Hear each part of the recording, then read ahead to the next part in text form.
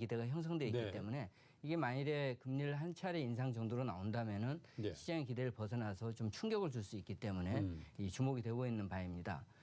더불어서 이제 그 이런 금리 인상 횟수와 관련해서 조금 더 이제 주목이 되는 것 중에 하나는 미국 GDP 성장률을 올해 얼마로 전망할 것인가 연준이. 네. 작년 12월에는 2019년도 미국 GDP 성장률을 2.3%로 그 당시 조금 하향 조정을 하면서 3월이니까 수정 경제 전망을 하는 달인가요? 예, 그렇죠. 예. 369, 12일에 예. 점도표도 나오지만은 그렇군요.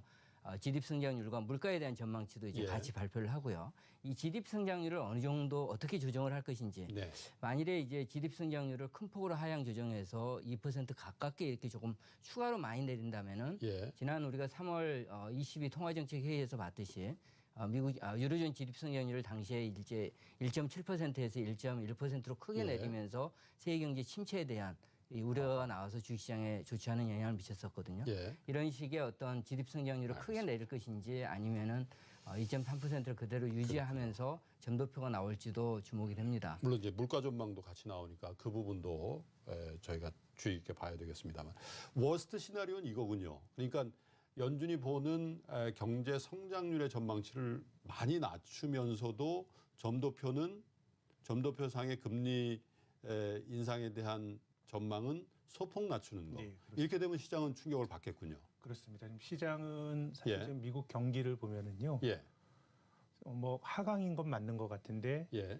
굉장히 이제 그 경기 둔화 속도는 완화가 되고 있고 또 뭐 중앙은행이 인플레이션을 안 볼 수밖에 없는데 예, 사실 인플레이션은 장기적으로 보면 사람의 몸값입니다. 근데 지금 미국의 임금은 이제 올라가고 있으니까요. 예, 지금 뭐 국제유가 이런 기저유가 때문에 당장의 물가는 낮습니다만은 과연 이제 임금이 올라가는 과정에서 인플레이션이 통제될 거냐 예. 뭐 이런 걱정도 좀 있고요.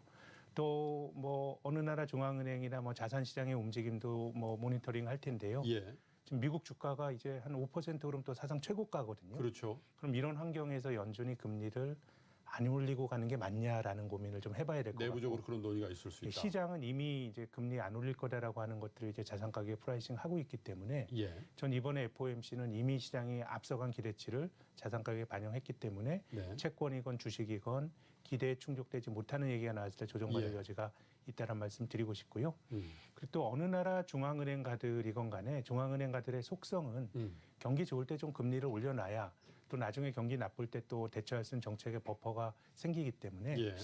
제 생각에는 실제로도 올 하반기 정도가 되면 연준이 지금은 당연히 금리 못 올릴 거다라는 건데 한 번 올리냐 마냐 이런 좀 불확실성이 커질 수 있고 뭐 당장 3월에도 말씀하신 예. 것처럼 조금 뭐 투자하는 입장에서는 불확실성이 있다라고 보는 입장입니다. 예. 그러니까 시장, 특별히 금융시장 중에서도 미국의 채권 금리 시장에서 너무 오버런했다. 네. 이렇게 생각을 하신다는 거죠. 주식도 좋았죠. 예.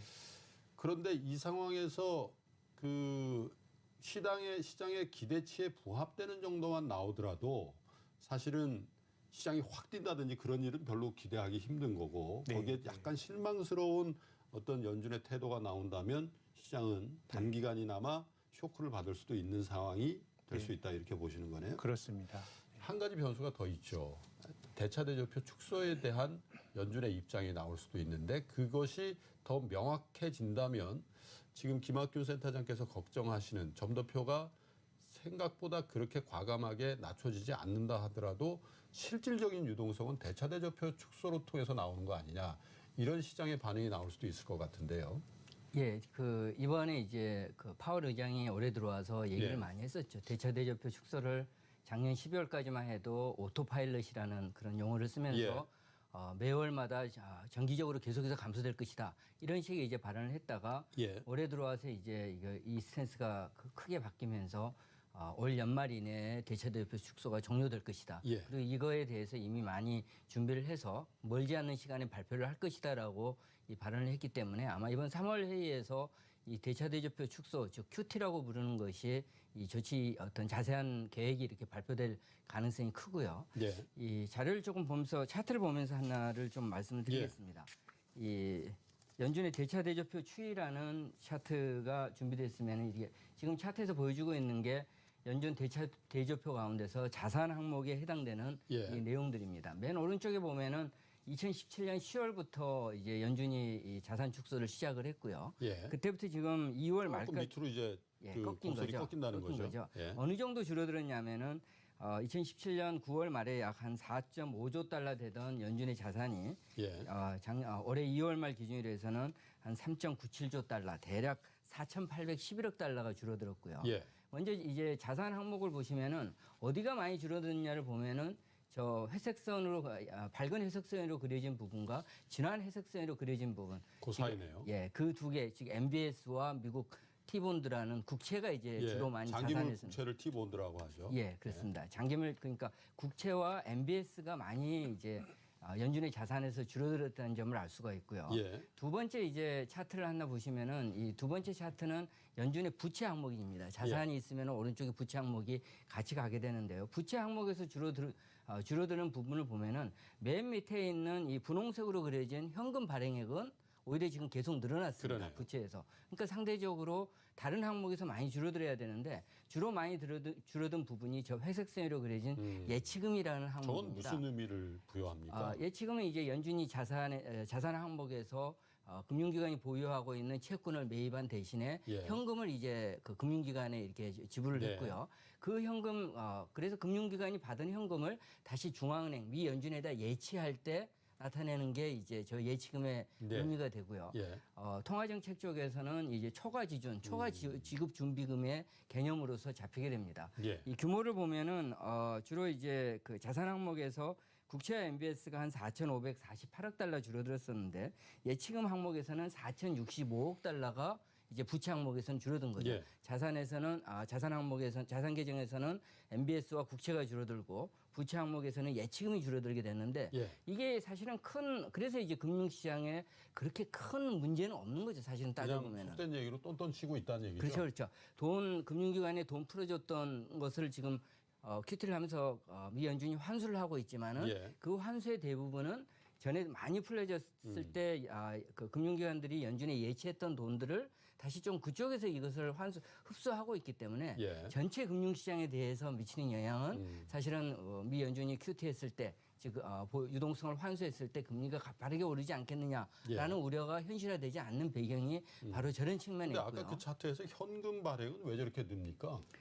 현금 발행은 미국 경제가 글로벌 금융 예. 위기 이후에 예. 특히 2018년에 많이 회복이 되면서 경제가 좋아지다 보니까 통화에 대한 수요가 늘어나게 되고요. 예. 그런 수요 자체가 현금 발행액의 확대로 지금 연결이 되고 있습니다. 그러니까 그래서 제가 여쭤보고 싶은 게 저렇게 그 분홍색 선인가요? 분홍색 부분. 저 부분이 저렇게 확대된다라는 거는 연준이 대차대조표상의 대차대조표를 축소함에도 불구하고 현금이 저렇게 는다는 거는 시중에 유동성이 이렇게 줄지 않는다라는 얘기일 수도 있지 않을까 해서 여쭤보는 겁니다. 예, 이제 통화에는 이 예. 유동성의 개념에는 협의의 통화 개념이 있고 예. 광의의 통화 개념이 있는데요. 이 현금 발행액은 주로 본원 통화라는 그렇죠. 협의의 개념에 해당이 되고요. 예. 따라서 본원 통화 증가율은 사실 큰 영향을 받지는 않았다. 예. 이 반대로 이제 이 지준 예치금이 줄어들면서 예. 이 통화 승수 쪽에 영향을 미치면서 광의 통화 증가율이 미 연준이 보유자산 축소를 하면서 좀 축소가 되는 영향을 받았고요. 예. 근데 이제 우리의 관심은 이 연준이 이렇게 어쨌든 보유자산 축소를 올 연말에 종료를 한다 그랬으니까 이 종료 시점을 올해 9월 말로 할 것인지 아니면 올해 연말로 제시할 것인지가 네. 이번 3월 FOMC 회의에서 보여줄 것 같고요. 이거는 이제 최근 연준 의원들의 발언을 보면은 이 연준에서 판단하는 초과 지급 준비금의 어떤 적정한 수준이 어디로 볼 것이냐에 따라서 이 보유자산 축소의 종료 시점이 좀 좌우가 될 것 같습니다. 초과 지급 준비금을 약 한 1조 달러 정도로 적정하게 판단을 한다면은 그 부분 1조 달러가 적정하다고 판단하면은 매월 500억 달러씩 지금 올 연말까지 줄어든다는 전제 하에서 12월 말 정도까지 QT가 진행이 되고 내년부터는 안 한다는 쪽의 결론이 나올 것 같고요. 예. 반대로 1.2조 달러 정도가 적정하다면은 9월 말에 종료를 해야지 초과 지준이 1.2조 달러에서 유지가 됩니다. 그래서 시장에서 기대하는 것은 대부분 이제 올 연말 정도로 예상을 하는데 이 QT가 9월 말에 종료된다는 쪽에 이번 3월 FOMC 회의에서 예. 보유자산 축소 정책에 대한 플랜이 발표가 된다면은 시장은 좀 긍정적으로 볼 수 있는 그런 여지는 지금 보유자산 축소 정책에서 그 말씀에 대한 있다라고 차트가 지금 봐야 할 것 나오고 같습니다. 있네요. 예, 지금 저 차트에서 보여주는 게 이 말씀드린 대로 이 연준이 양적 완화하면서 풀어졌던 돈들이 금융기관들이 받은 돈을 미 연준에다 재예치를 하면서 예. 초과 지준이 저렇게 증가를 해서 예. QE1과 QE2, QE3 지금 우리가 양적완화 1차 양적완화, 2차 양적완화, 3차 양적완화 하면서 가파르게 초과 지준이 올랐다는 것을 알 수가 있고요. 네. 2017년 10월부터 보유자산 축소 정책, 양적 완화 축소에 나서면서 초과 지준이 줄어들고 있는 모습이 나오는데 이 저기서 붉은색으로 그려진 부분이 맞는지, 즉 1조 달러에서 그칠 것인지 아니면 1.2조 달러에서 그칠 것인지에 어쨌든 따라서 그렇다 하더라도 9월 아니면 12월이다. 예, 9월 아니면 종료 시점. 12월이 이제 종료 시점으로 제시될 가능성이 네. 큰데 시장은 12월로 보고 있는데 연준 위원들의 발언을 보면은 한 1.2조 달러가 적정하다라는 시각을 많이 보여주고 있어서 즉 초과 지준이 조금 많이 있는 게 예. 통화 정책을 관리하는 데 있어서 유용하다라는 얘기를 하니까 9월 가능성이 될 가능성도 큰 것 같습니다. 김 센터장님께도 비슷한 맥락의 질문을 좀 드려보는 게 네. 금리에 대한 거는 어차피 좀 중장기적으로 영향을 미친다 이렇게 생각들을 하고 금융시장의 단기적인 유동성 그리고 마켓의 어떤 센티멘탈에는 지금 얘기 나누고 있는 저 네.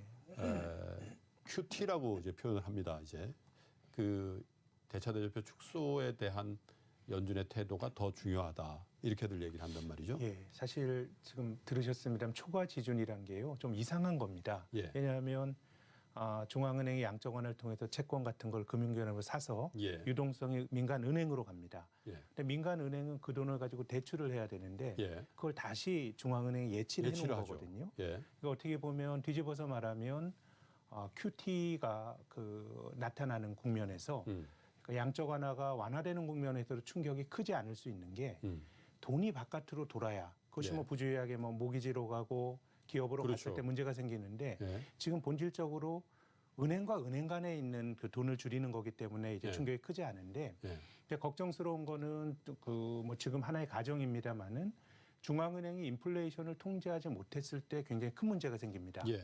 돈이 지금 이 그 초과 지준이란 건 은행이 언제든지 차지할 수 있는 자산이거든요. 그렇죠. 그래서 인플레 기대 심리가 생길 때 그 돈이 풀리게 되면은 이제 인플레가 굉장히 커질 수가 있기 때문에 뭐 지금 미국을 본다 그러면 사실은 뭐 그런 걱정을 할 단계는 아닙니다만은 예. 우리가 개념적으로 초과 지준을 관리한다라는 관점에서 보면 뭐 은행에 있는 돈이 뭐 민간에서 중앙은행 간다 그래서 실물 경제에 미치는 타격은 크지 않을 것 같은데 예. 문제는 잠재적인 리스크를 그 관리하기 위해서라도 어느 정도 정상화될 필요가 있는 게 아닌가 그렇게 생각을 합니다. 그래서 저는 오히려 좀 인플레이션 물가가 올라가는 국면에서는 이런 초과 지준이나 대차 대조표에 대한 시장의 민감도가 높아질 것 같고요. 네. 인플레가 통제 가능하다 그러면 좀 뭐 초과 지준 줄어든다 그래서 어떤 민간 경제에 미치는 영향은 네. 크지 않을 거라고 봅니다. 그런 측면에서 이번 FOMC에서 연준에서 얘기할 수 있는 것 중에 물가에 대한 전망이 굉장히 중요해지겠군요. 그렇습니다. 네. 물가가 불안하다라고 하면 저 초과 지금 저렇게 놔둬도 되나 이런 생각을 하게 될 거고 그렇습니다. 이게 여유 있다면 좀 지켜봐도 되겠네. 이 정도의 스탠스가 나올 거란 얘기죠. 네, 그렇게 생각합니다. 네. 네. 지금 현재는 어떻습니까? 미국 물가가. 미국 물가는 헤드라인 물가나 아니면은 그 코어 CPI라고 하는 PC라고, 것도 이제 예. 지금 이제 좀 둔화가 되고 있어서 예. 당장은 이제 인플레이션에 대한 우려는 크지 않은데 이제 뭐 국제 유가의 기저 효과가 헤드라인 인플레에 영향 주는 것 예. 같고요. 다만 장기적으로 아까 말씀드린 것처럼 참 임금은 경직적입니다. 우리가 예. 그 고용 지표를 후행 지표라고 하는 것도 예. 기업 입장에서 그 노동자를 고용할 때는 미국처럼 아주 그 노동시장이 유연하죠. 유연하다는 나라도 그래도 기계장치 멈추는 것보다는 사람 자르는 게 더 힘들다 보니까 그렇죠. 굉장히 경기가 좋아진 다음에 후행적으로 임금이나 고용 지표가 개선이 되는 측면이 있습니다. 예. 네, 그런 점에서 보면은 그 경직적인 임금이 최근에 계속 올라가고 있다라고 하는 거는 제 생각에는 뭐 1년 후에 유가를 알기는 어렵습니다만은 구조적으로 좀 미국은 인플레 요인들이 있는 거 아닌가 제 견해는 그렇습니다. 그렇군요. 과연 이제 연준이 파악하고 있는 또 미래를 보는 눈의 입장에서 볼 때 성장률과 이 물가가 어느 지점에서 맞닥뜨리고 있는지에 대한 판단이 아마 금리에 대한 점도표상으로 나타나는 금리와 또 연준의 자산 축소에 대한 입장으로 여러분께 아마 제시될 거로 이렇게 보여지네요. 자, 다음 이슈를 좀 보겠습니다. 브렉시트가 여러 가지 이제 투표, 영국 하원에서 이제 투표들이 있었습니다만은 결국은 이제 영국의 최종적인 입장은 이 브렉시트 좀 연기하고 더 협상하자라는 걸로 이 입장이 정리가 된 건데 그건 이제 영국의 입장이고 유럽 쪽의 입장이 또 나와야 될 거 아니겠습니까? 그래서 유럽 정상 그것 때문에 만나는 건 아닙니다. 정례 회의를 합니다만은 여기서도 그 입장이 나올 것 같은데 어떻게 전망을 하시는지요? 예, 일단 지난 14일에 영국 하원에서 통과된 그 브렉시트 연장안에 대해서 좀 내용을 살펴볼 필요가 있습니다. 예. 14일 그 하원에서 통과된 이 안을 보면은 일단 3월 29일이면 이제 브렉시트가 이 단행이 되는 시점인데요. 이거를 연기하자는 안에 대해서 일단 그 영국 하원에서 통과를 시켰고요. 예. 그 안에는 두 가지 내용이 있습니다. 3월 20일까지 그 지금 새롭게 합의된 영국과 EU 간의 브렉시트 합의안, 예. 일부 국경 문제도 조금 완화시켜주는 이 안에 대해서 다시 한번 영국 하원에서 이제 투표를 하겠다. 그래서 만일에 그 세 번째 이제 승인 투표를 의뢰를 하게 되는 거고요. 예. 거기서 통과가 된다면은 지금 일정상으로 봤을 때 3월 29일에 돼 있는 브렉시트 시점을 3개월 정도 아주 단기간 연기하는 쪽으로 이 EU 정상회의에 이렇게 안을 올리겠다는 게 첫 번째 내용이고요. 만일에 이제 3차 브렉시트 합의안에 대해서 승인 투표가 부결이 된다면은 이 장기적으로 그러니까 브렉시트 시점을 단순히 3개월이 아니라 기간은 특정하지 않았지만 오랫동안 연기하는 안을 EU 정상회의에다 제출하겠다라는 게 지난 14일에 통과된 안의 내용이고요. 따라서 이제 20일까지 세 번째 승인 투표를 하게 되는데 이게 통과되는지 승인이 되는지 부결이 되는지가 중요하고요. 만약에 승인이 된다면은 EU 정상회의 입장에서는 당연히 3개월 정도는 연장이 되지만은 큰 문제 없이 EU 정상회의에서 통과가 돼서 노델 브렉시트 우려 없이 그리고 6월에 있을 EU의 어떤 유럽의회에 영국이 참여하는 일도 없이 무난히 문제가 해결이 될 텐데요. 반대로 이제 만일에 영국 하원에서 이 3차 승인 투표마저도 부결을 시킨다면은 이제 EU 정상회의에 올라오는 것은 브렉시트를 장기 연장하는 안이 예. 이렇게 올라오게 될 텐데. 그게 19일 현지 시각으로 19일 날 있군요. 예, 그렇습니다. 예. 그렇게 되면은 이제 EU 정상회의에서 이 장기 브렉시트 연장하는 안을 받아들일 것인지 안 받아들일 것인지에 예. 대해서는 조금 확실하지 지금 않는 상태입니다. 왜냐하면 EU 27개국이 다 만장일치로 동의를 해야지 이걸 받아들이는데 지금 시장에서 나오고 있는 것은 조건부 승인 내지는 거부의 가능성이 같이 예. 있다라고 지금 제시가 되고 있고요.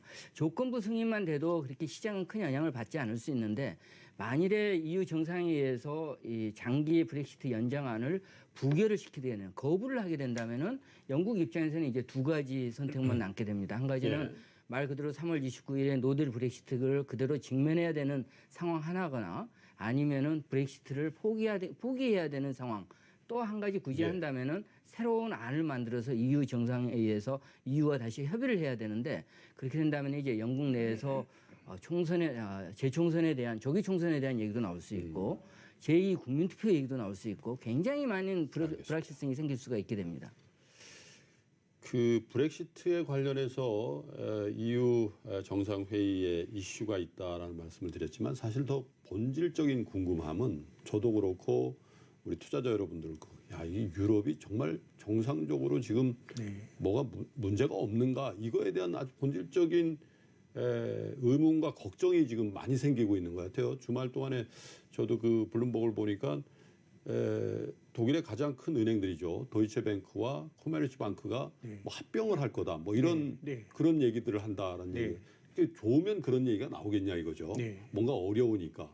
근데 지금 전 세계에서 가장 부러워하는 산업국가가 독일이고 유럽 경기에 어떻게 보면 초석이라고 할 수 있는데 그 나라의 은행들이 저렇게 힘드니까 이건 어떻게 봐야 되는가. 유럽 경기에 대해서 정말 걱정이다. 이런 생각을 주말에 했거든요. 센터장님 어떻게 보세요? 올해 글로벌 경기를 보면 전체적으로 경기 둔화가 될 거다라는 게 다수 의견이었는데요. 속도가 빠른 게 좀 유로존인 것 같습니다. 경기 둔화 속도가 매우 빠른데요. 지금 유럽의 은행주를 말씀하셨습니다마는 유럽의 은행주로 만들어진 주가 지수가 글로벌 금융위기 때보다 더 낮습니다. 그렇습니까? 그렇습니다. 지금 말씀하셨던 코메르츠뱅크, 도이치뱅크 금융위기 때보다 주가가 더 낮습니다. 그때도 되게 힘들었는데 도이치뱅크 같은 데. 이탈리아 은행들도 상당수가 이제 금융위기 때보다 주가가 낮기 때문에 유럽 은행들의 자본의 버퍼가 그 미국 은행들보다는 좀 약합니다. 자기 자본도 확충도 좀 적고 해가지고요. 그래서 뭐 주가라는 건 오르기도 하고 떨어지기도 하는데 사실 은행이라고 하는 거는 한 나라 한 경제의 시스템을 좌우하는 거기 때문에 뭐 지금은 일각에서는 뭐 금융위기 때와 같은 대차 대조표 부실보다는 유럽은 금융 규제 굉장히 세게 했거든요. 미국은 트럼프 들어와서 완화하고 했는데 뭐 그런 얘기들이 많이 나오는데 실제로 이제 주가가 주는 징후는 예. 사실은 좀 우리가 좀 눈여겨볼 필요가 있다고 보는 게 미국의 경우에도 제가 서브프라임이라는 얘기를 2005년도에 뭐 미국에 있는 사람들이 쓰더라고요. 예. 그 당시 이제 2005년 말에 미국 은행주 주가 고점을 치고 예. S&P 500 같은 건 한 1년 반 더 올랐습니다. 그렇죠. 지나고 났더니 이제 은행에 뭔가 문제가 생겼던 건데 예. 저 역시도 뭔가 단정적으로 말하기는 어렵지만 혹시 상업용 부동산 같은 쪽 예를 예. 들면은 지금 뭐 많은 지역의 상업용 부동산은 전부 아마존이 잠식하는 거거든요. 한국만 그렇죠. 해도 뭐 장사가 안 되고요. 예. 제가 얼마 전에 얘기 들어봤더니 한국에서 강남에 굉장히 유명했던 패션 거리가 의류업체들이 권리금이 없다 그러네요. 예. 그게 다 이제 아마존이 잠식하는 거라고 생각하는데 가로수길 같은 데 뭐 있죠? 그런 쪽인 예. 것 같습니다. 예. 이제 그렇게 보면은 뭔가 이제 좀 모순이 있는 것 같고 예. 조금 이제 걱정스러운 것은 우리가 유로존이 여러 가지로 뭐 경제적으로 예. 정치적으로 어수선했는데 저는 이탈리아나 최근에 프랑스의 노란조끼 시위 같은 걸 보면 뭔가 이제 통합에 문제가 있는데요. 그런 정치적 불확실성이 경기에 그 예. 부정적 영향 주는 게 아니라 예. 전 반대라고 봅니다. 예. 경기가 나쁘면 정치적 불확실성이 불안하다. 커질 거다라고 보는 것이요. 사실 유로존이란 게 유럽이 뭐 맨날 전쟁하다가 한 4, 50년 동안 전쟁 안 하는 평화의 산물이 저는 유럽연합이라고 생각합니다. 예. 뭔가 지킬 것이 있을 때 공동체의 가치가 이제 지켜지는데 예. 근데 이제 유럽이 이런 식으로 저성장 가게 되면은 저는 프랑스의 재정 적자 문제, 이탈리아는 이미 포퓰리즘 정부가 재정 적자 늘리고 있는데 도리어 그런 것들이 다시 또 불거질 여지가 있기 때문에 올해는 제 생각엔 미국은 생각보다 잘 버티고 중국은 예상처럼 나쁘지만 정책이 나오는데 예. 조금 뭐 이제 작년 말에 비해서 나빠질 수 있는 영역이 이제 유럽이기 때문에 예. 뭐 은행주 주가 이런 것들 좀 잘 모니터링할 필요가 있다고 그렇군요. 생각합니다. 그리고 이제 어차피 이게 뭐 단일 통화를 쓰는 그 블락입니다만 그렇다 하더라도 각국 중앙 정부라는 게 네. 따로 있기 때문에 네. 미국과 중국처럼 기민하게 네. 어떤 금융 정책을 쓴다거나 아니면 재정 정책을 같이 쓴다거나 이러기에도 좀 어려운 구조가 돼 있다라는 것도 참고해야 될 것 같은데 슈퍼 마리오라는 별명이 있죠. 마리오 드라기 유럽 중앙은행 총재가 10월인가요? 임기 말이에요. 네. 그래서 걱정이 독일 쪽에서 하게끔 돼 있지 않냐 지금. 네. 네. 뭐 그러면 사실 도이치뱅크와 코메르츠뱅크가 왜 이렇게 어렵냐? 저금리 때문에 어렵다는 거죠. 저금리죠. 예, 네. 뭐 금리가 저금리라고 표현하기 어려울 정도의 저금리 아닙니까? 네. 네. 그러니까 은행이라는 건 사실 NIM 가지고 먹고 사는 데들인데 그런데 이 저금리 구조에서 이런 은행이 못 버티니까 그러면 향후에 물론 이제 부양의 스탠스를 취한다 하더라도 만약에 유럽 중앙은행의 어떤 가버넌스가 바뀐다는 입장에서 지금과 같은 어떤 마리오 드라기 총재와 같은 그런 스탠스가 나와주겠냐?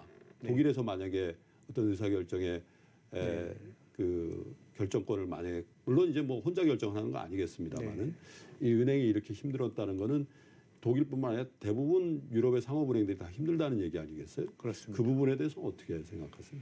글쎄요, 저는 뭐 그 분데스방크 독일의 중앙은행이 주도권을 쥐게 되면 예. 세계 경제에 참 저는 어려움이 많을 거다라고 생각을 하는 쪽인데요. 예. 전 기본적으로 이게 좀 비약일 수도 있지만 예. 고령화된 국가는 인플레이션을 선호하지 않습니다. 예. 특히 선진국이라고 하면 전 세계에서 제일 많이 늙은 나라가 일본 다음이 독일이거든요. 그렇죠. 그러면 고령화된 국가에서 65세 이상 인구 비율이 20%가 넘고 일본은 30% 되는데 선진국에서 은퇴한 사람들은 기본적으로 예금 생활자입니다. 동일한 예금을 받아서 정해진 돈으로 먹고 사는데 인플레는 돈의 가치가 떨어지는 거거든요. 예. 인플레가 생기면은 내 돈의 구매력이 떨어지는 거고 그렇기 때문에 저는 사회가 늙어지면 탈인플레, 디플레 지향을 갖는다고 생각합니다. 예. 연금 받아 먹고 사는 사람 입장에서 물가가 떨어지는 게 얼마나 좋습니까? 돈 물가가 가진 큰일 사람에게. 나죠. 예. 예. 그렇게 본다 그러면 저는 독일의 도이치방크가 굉장히 재정 규율 이런 거 지키는 것이 뭐 게르만인 특유의 민족성이 반영된 것도 있을 테고 또 1차 대전 직후에 바이마르 공화국 때에 하이퍼 인플레에 대한 트라우마도 있겠지만 예. 뭐 일본이나 디플레 빠진 나라들을 보면은 고령화와 좀 상관성이 높은 게 아닌가 생각을 합니다. 예. 그래서 뭐 22의 거버넌스가 어떻게 바뀔지 지금 예단하기는 힘듭니다만은 그래도 드라기 같은 사람이 나와서 전 예. 난세에 맞는 정책이었다고 생각하는데요. 예. 지금은 좋다 나쁘다 말하긴 굉장히 좀 예단이 되겠습니다만은 네. 거버넌스가 바뀌는 것도 유럽에서는 좀 하반기에 좀 중요한 불확실성 요인이라고 생각합니다. 최소한 좋은 변수는 아닐 거다라는. 그렇습니다. 예. 네. 자, 다음 이슈 좀 점검해 보죠. 미중 무역 협상이 뭐 조만간 될 것 같고 또 뭐 3월 중에 트럼프 대통령과 시진핑 주석이 만날 것 같더만 뭐 4월로 미뤄지더니 4월 말이다. 이제 그것도 아니다. 계속 악화돼요. 그런데 사실은 지난달에 있었던 북미 정상회담의 어떤 여파가 아닌가. 왜냐하면 그게 통하더라. 그렇게 벼랑 끝으로 몰고 가는 전략이 통하니까 이게 중국과의 협상에도 그렇게 하면 되는 거 아니냐. 혹은 시장은 미리 트럼프가 그렇게 갈 것이다라고 미리 걱정을 하고 있는 상황인데 거기에 맞는 어떤 반응들이 나온단 말이에요. 예, 지금 중국 입장에서는 최근에 이제 미중 협상을 보면은 굉장히 타결을 빨리 했으면 하는 게 예. 지금 미국보다 이 중국이 더 지금 이걸 이제 원하고 있는 상황이고요. 예. 다만 그 중국 입장에서는 받아들이기 어려운 부분을 로버트 라이트하이저를 비롯한 미국의 이제 협상파들이 조금 요구하고 있어서 예. 이게 지금 협상이 잘 진행이 최종 타결까지는 시간이 걸리는 모습이죠. 지금 네. 요구하고 있는 내용은 그나마 이제 대미 수입을 확대하는 것은 당연히 이제 이미 다 받아들였고 그외 지적재산권이나 기술 이전 문제도 이게 어떤 구체적인 내용에 대해서는 좀 논란이 있겠지만은 중국 정부가 이제 이와 관련된 법안을 통과시켜서 이 부분에 대해서도 받아들였는데 지금 미국이 요구하는 것은 만일에 그 협약을 맺고 나서 예. 중국이 지키지 않았을 때는 이거에 대해서 스냅백이라는 미국이 이제 일방적으로 중국에게 관세를 매길 수가 있고 그 관세 부과에 대해서는 중국은 반발해서는 안 된다.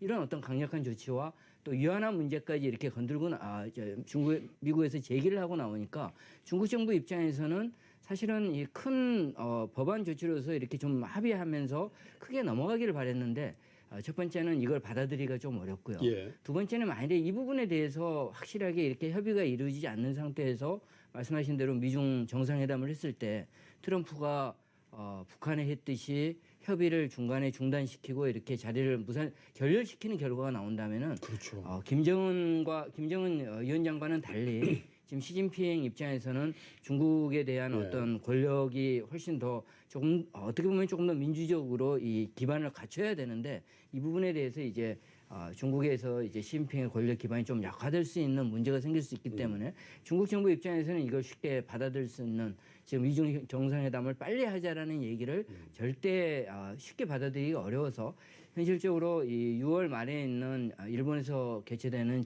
G20 정상회의에서 작년도 12월 초에 그 아르헨티나 정상회의에서 미국 정상이 만나가지고 그때 협의를 예. 한 바 있는데 현실적으로 이번 그 6월에 있는 일본 G20 정상회의에서 최종적으로 그때까지는 좀 시간도 있으니까 조금 더 타협을 해서 해 나가자는 쪽으로 지금 상황이 전개되고 미국은 있는 시간이 걸로 있는지 보입니다. 모르겠으나 중국은 계속해서 이제 압박을 받을 거기 때문에 그 시간표에 대한 계산법은 좀 다를 것 같은데 결국 이상재 이사께서도 말씀이 있으셨습니다마는 중국인 서둘러야 되는 입장인데 트럼프 대통령은 난 서두를 이유가 없고 굿딜 아니면 노딜이다 이런 얘기들을 한단 말이죠.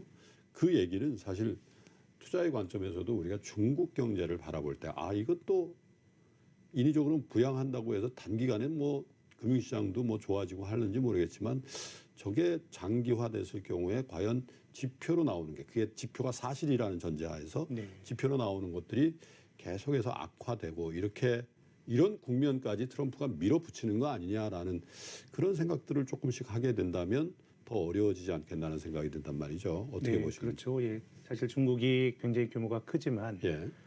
뭐 이제 내수라고 하는 게 소비와 투자죠. 근데 투자는 굉장히 이제 과잉 투자에 대한 여러 가지 어려움이 있기 때문에 중국이 다시 투자를 늘리면서 성장하기는 힘들고요. 예. 뭐 소비에 대한 기대가 굉장히 컸습니다만은 또 뭐 중국의 그 소비 규모가 워낙 크기 때문에 성장률이 낮아도 어느 정도 이제 뭐 중국 소비에 뭐 우리 한국의 경우에는 기회를 볼 수 있는 섹터가 나오겠지만 저는 인류 역사에서 수출이나 투자 중심으로 성장하던 경제가 소비 중심으로 이렇게 전이가 됐던 사례가 어디 있나 좀 묻고 싶습니다. 미국이 거의 유일한 사례인데요. 근데 미국 사람들의 높은 소비 성향, 기축통화국의 이점, 뭐 카드까지 막 쓰면서 막 이렇게 하는 그런 구조 하에서의 이 소비 중심의 어떤 전환이 가능하기 때문에 중국이 뭐 저는 굉장히 수출이 막히게 되면은 어려움이 큰 경제이기 때문에 예. 구조적으로 보면 전 중국이 핀치에 몰린 건 맞다라고 봅니다. 예. 지난 2년 동안도 이제 그래 왔고요. 다만 앞으로 한 1년 정도를 본다 그러면 조금 다른 해석도 가능하다고 생각이 예. 되는데요. 뭐 중국은 구조적으로 이제 어려움을 겪는데 그동안은 미국 경제가 괜찮았거든요. 예. 그러니까 트럼프가 보호무역이라는 게 경제적 효율성을 어느 정도 후퇴시키는 건데 그럼 비합리의 칼을 휘둘러도 미국이 버틸 수 있었는데 과연 1년 반 봤을 때 중국은 물론 구조적으로 나쁩니다만은 미국도 이제 둔화가 될 여지가 있기 그렇죠. 때문에 저는 뭐 본질적인 타협은 이상재 이사님 말씀하신 것처럼 매우 어렵다고 보는데요. 지난 2년 동안을 회고해 보면 생각보다 나빴습니다. 트럼프 당선되고 관세 올린다 그럴 때 트럼프가 비즈니스맨으로 협상의 수단이지 그러지 않을 거야 했는데 올려버렸고요. 중간 선거 이후에 안 할 거야 그랬는데 중간 선거 이후에 뭐 화웨이나 더 불거지고 있거든요. 지금까지는 상상보다 나빴지만 저는 앞으로 1년 반을 본다고 그러면 본질적인 타협은 아니겠지만 뭔가 봉합이 되는 더 악화되지는 않는다. 그 본질은 제 생각에는 뭐 중국의 문제라기보다는 미국 경기 둔화가 트럼프의 행동을 그렇게 좀 오히려. 촉발시킬 수 있다라고 보는 쪽입니다. 오히려 트럼프는 미국 경기를 살려야 되고 또 그걸 기반으로 2020년에 재선 레이스에 뛰어들어야 되는 입장이니까 표정으로는 또 말로는 또 트위터로는 서두를 게 없다라고 얘기하지만 사실 그런 과도한 자신감의 이면에는 오히려 더 다급함이 있을 수 있다 이런 네, 말씀이시죠. 저는 앞으로는 그렇게 될 거라고 봅니다. 알겠습니다. 그런 해석을 들으니까 또 그런 것 같습니다. 네. 뭐 저기야. 예. 뭐 이렇게 아이들끼리 싸우거나 뭐 이렇게 하더라도 이 막 말을 많이 하는 아이들이 더 겁을 많이 먹고 있다는 얘기를 하잖아요. 네, 네. 그런 측면에서 시진핑 국가주석은 아직 한마디를 안 하고 있으니까 향후에 어떤 두 사람 간의 담판의 결과가 나올지도 좀 흥미롭게 지켜보도록 하시죠. 자, 대충 이 세 가지 큰 이슈들은 짚어드린 것 같은데 우리 장 얘기를 좀 더 나누어야 될 것 같습니다. 디커플링이라는 얘기를 정말 안 쓰고 싶은데 디커플링이라는 얘기를 쓸 수밖에 없는 상황이 몇 주 동안 연출이 됐습니다. 네.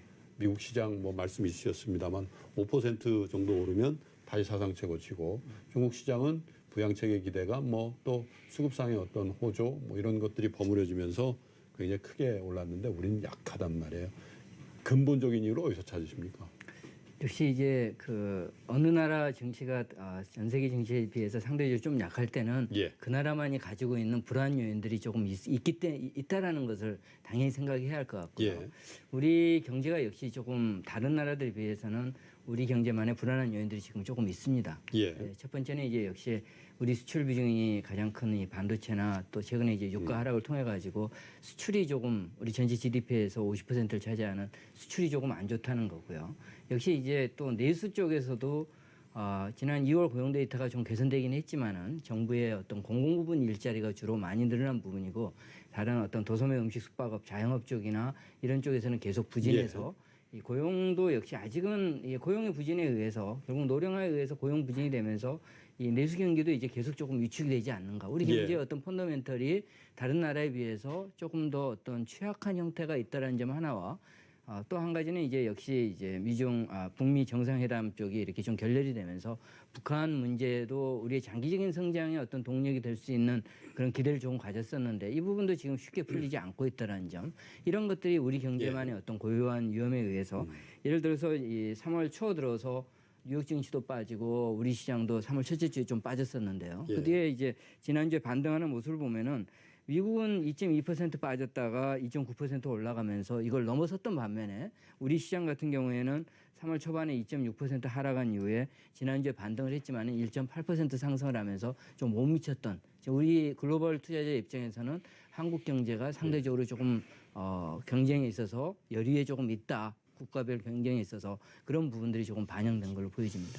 결국 종합하면은 차별적인 저성장의 속도가 더 빨라지고 저성장이 고착화될 것이라는 어떤 그 전망이 지금 코스피의 지수에 상대적으로 탄력을 못 받는 코스피 지수에 녹아져 있다 이렇게 볼 수도 있는 것 같은데요. 네, 네. 사실 이게 뭐 한 달 봐도 그렇지만요. 예. 우리 코스피가 10년 전 수준입니다. 이게 주가지수가 지난 10년 동안에 투자자들에게 배당을 물론 뺐습니다마는 예. 연평균 0.8%밖에 못 돌려줬거든요. 채권보다 주식이 낫다고 말하기 힘든데요. 근데 우리 증시 역사를 보면 그래도 어려움이 있을 때마다 한국 경제가 극복하고 도약을 했지만 예. 그래도 그 경제가 굉장히 강한 활력이 있을 때 주식이 좋았습니다. 예. 70년대 후반에 그 오일머니가 중동건설부문 들어올 때 주가 지수가 좋았다고요. 예. 근데 그거 딱 끝나고 나서 80년부터 84년까지 주가 지수가 6년 동안 당시에 뭐 그 호랑이 담배 피던 시절 얘기입니다만은 150포인트를 못 넘는 횡보장이 있었고요. 예. 그리고 삼저 호황 때 그 80년대 후반에 아주 굉장히 단군일의 가장 좋은 경기와 그렇죠. 가장 강력한 상승세가 나타난 예. 이후에 89년도에 종합주가지수가 1000포인트 넘어갔는데요. 1000위로 완전히 안착한 게 2005년입니다. 그렇습니다. 16년 동안의 횡보의 역사가 있고 중국 덕에 2000 갔다가 뭐 지금도 뭐 2000 언저리에서 벗어나지 못하고 있으니 저는 지난 10년을 한번 회고를 해보면 중국 경제가 고성장을 하다가 2011년 하반기부터 차이나 리스크란 게 회자되면서요. 한국도 이제 뭔가 성장의 동력을 못 찾았습니다. 예. 그 이후로 2011년부터 16년까지 주가가 그냥 박스권에 있었거든요. 2017년 한 해 좋았죠. 그때 반도체 붐 때문에 예외적으로 좋았던 것 같고요. 예. 그렇게 보면 저는 지난 10년을 돌아보면 2017년 장세가 예. 예외고 굉장히 재미없는 박스권이 오히려 익숙한 노멀이 아닌가 그런 생각 갖고 있는데요. 크게 보면 그런 쪽으로 회귀를 한 것 같고 예. 뭐 투자자들도 인덱스 플레이보다는 뭔가 야한 테마나 성장 주식 찾는 이런 흐름들이 나타나는데 뭐 지난 전 6, 7년 동안 봐왔던 모습의 재판이 3월에 또 다시 또 나타나고 있다라고 봅니다. 그러고 보니까 89년도에 저도 기억이 납니다만 전 대학교 무렵이었던 것 같은데 89년도에 1000포인트 났다고 모든 일간지 네. 일면 톱에 났던 그 기억이 있거든요. 예, 제 기억이 제가 경제학을 전공했는데요. 예. 89년에 대학을 갔는데 예. 한 달 동안 뭐 등록금 깎아달라고 공부를 안 하다가 4월 초에 이제 첫 수업에 들어갔는데 경제학 원론 선생님이요. 예. 그때 경제신문을 가지고 왔습니다. 예. 뭐 코스피 1000포인트 돌파라고 하면서 예. 야 너네 선배들은 은행 갔는데 예. 너네들은 시장에서 일할 그런 세대야 그랬는데 예.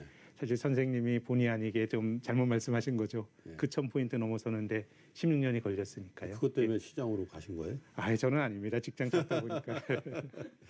그런데 왜 무슨 말씀이시냐? 89년도면 지금 어마어마하게 오래된 얘기인데 이제 2100 이러고 있잖아요. 우리가 네, 2170, 뭐 2200, 물론 2600을 찍긴 했습니다만 그런데 밑으로는 300포인트 정도까지 갔었단 말이에요. IMF 때. 그렇죠. 그쵸? 네, 네. 그러니까 이게 하방은 견고하지 않았다라는 생각이 들고 물론 이제 뭐 2.5배나 오른 적이 있는데 뭘 그러냐 이렇게 생각하실 수도 있는데 그 기간으로만 놓고 보면 그것을 이제 누적 수익률로 연간 수익률로 환산해 놓고 보면 아 참 초라한 성적표였던 89년이니까 지금 2019년이니까 어떻게 되는 겁니까? 30년입니까? 30년 세월이었다는 생각이 정말 많이 드네요. 예, 우리가 일본 니케이 지금 나옵니다만은 0.6% 상승했다고 하는데 니케이 버블기에 그 주가 지수에 지금 반 조금 넘는 수준이라고 하니까 네. 그렇게 하면서 일본 증시에 대해서 굉장히 냉소적인 얘기를 했습니다만 사실 별반 우리 증시도 지난 30년 동안 그렇게 좋지는 않았다는 생각이 드네요. 네. 또 오히려 그 지난 90년대를 보면 주가 지수는 매우 불안정했지만 뭐 500까지 빠졌다가 1000 가고 예. 말씀하셨던 IMF 외환이 그때 280 갔다가 예. 바로 또 1000이 가는 어떻게 보면 굉장히 주식의 변동성이 컸지만 또 주기적으로 기회가 오기도 하는 굉장히 역동성을 가지고 있었거든요. 예. 근데 지금은 사실 경제가 좋게 보면 뭐 시스템의 안정성이 한국이 많이 높아졌죠. 예. 그러다 보니까 변동성도 축소가 되면서 한국이 미국이나 유럽과 같은 선진국 시장도 아니고 예. 또 변동성을 사고 팔면서 주기적으로 큰 돈을 벌 수 있는 그런 또 신흥국 시장도 아니다 보니까 예. 조금 이제 우리 경제나 증시의 위상이 어정쩡해진 게 좀 투자자들에겐 주식을 통해서 돈을 버는 게 좀 과거보다 어려워진 게 아닌가 그런 생각을 하게 됩니다. 자, 장기적으로는 그런데도 불구하고 우리 투자자 여러분들은 또 이제 4월 달 또 이제 2분기가 이제 다가오지 않습니까? 그 정도의 생각은 또 정돈을 하셔야 되는 입장이니까 한 1분 30초씩 드리겠습니다. 앞으로 우리 투자자 여러분들이 어느 투자의 포인트를 가지고 투자에 임하셔야 되는지 좀 힌트를 좀 두 분께 부탁드리죠. 예, 저는 그 주식시장이 참 재밌는 게 이 합리적 기대가설이라는 그 경제학에서 나오는 이 부분이 가장 성립되는 곳이 예. 주식시장인 것 같습니다. 예. 주식시장은 이제 물론 개별로는 이렇게 주체 간의 경제의 어떤 정보의 차별성이 있을 수가 있는데 예. 크게 시장 전체로 놓고 보면은 상당히 이 가격이 현재까지 밝혀진 정보에 대해서 가장 먼저 가격을 반영하는 게 주식시장이다. 주식시장이다라고 볼 수 있고요. 따라서 주식시장을 전망하는 데 있어서 가장 큰 거는 이미 알려진 정보보다는 새로 나올 수 있는 정보에 대해서 예. 이 판단이 필요하고 이 정보를 유추해보는 능력이 굉장히 중요한 것 같습니다. 그래서 이번 FOMC도 있고 또 이제 이 2분기에 다시 한번 그 미중 무역 협상에 대한 논란들도 이렇게 나오고요. 새로운 정보들이 나올 텐데 이런 부분에 대해서 이미 알려진 내용에 다시 집착하기보다는 이 부분이 앞으로 어떻게 발전이 돼 갈 것인지 예. 이 부분에 대해서 판단을 가지면서 투자 전략을 세우는 게 주식시장에서 가장 조금 더 합리적인 투자 전략이 아닌가 그런 말씀을 드리겠습니다. 알겠습니다. 김학균 센터장께 예, 드리겠습니다. 저는 뭐 코스닥 같은 유의 종목들이 좀 더 나을 것 같습니다. 이제 성장에 대한 자신감이 없을 예. 때 성장주들의 주가가 오릅니다. 좀 아이러니하게 들릴 수도 있습니다만은 경제가 성장을 못하면 개별 기업이나 산업도 성장하는 회사들 나오기 힘들거든요. 예. 그 과정에서 몇몇 기업들이 실제로 숫자로 성장을 하든가 바이오처럼 성장에 대한 기대가 있게 되면 결국 돈이 그쪽으로 올라가면서 매크로의 저성장 국면에서 예. 성장주가 오르는데 그러면 뭐 단기적으로는 성장주도 좋아 보이고요. 음. 좀 긴 호흡에서 저는 시장이 장기 박스권에서 움직이는 흐름일 거라고 생각하는데요. 그러면 늦었다 싶으면 기다리는 게 답이고 배당의 중요성을 말씀드리고 싶습니다. 뭐 주가 지수가 계속 올라갈 때는 배당 수익률 뭐 높지 않습니다만은 박스권에서 횡보할 때는 배당 수익률 차곡차곡 쌓아가는 게 결국 다른 투자자와의 어떤 경쟁에서 우위에 있는 거기 때문에요. 좀 배당 수익률 높은 종목들 한번 추리셔서 한번 매매해 보시는 것도 나름의 장기적인 대안이 아닌가 조언을 드리고 싶습니다.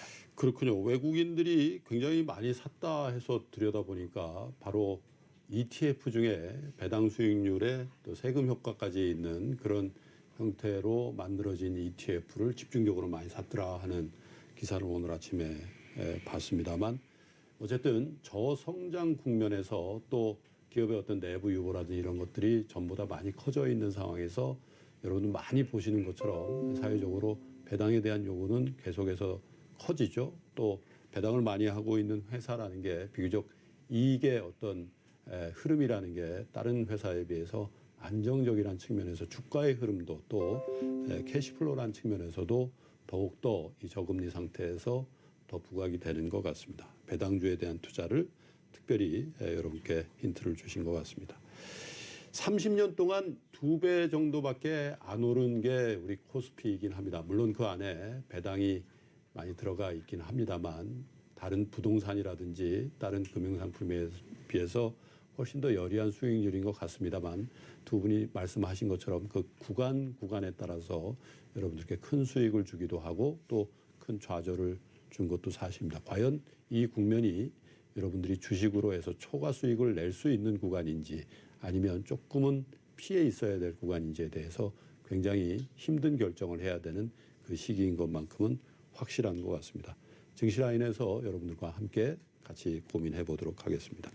자, 신영증권의 김학균 리서치센터장, 유진투자증권의 이상재 이코노미스트 두 분과 함께했습니다. 고맙습니다. 네, 감사합니다. 자, 월요일에 보내드리는 증시라인은 오늘 여기까지 하겠습니다. 내일 화요일에도 증시라인은 여러분들과 함께 한 걸음 더 들어가 보겠습니다. 시청자 여러분, 투자자 여러분 고맙습니다.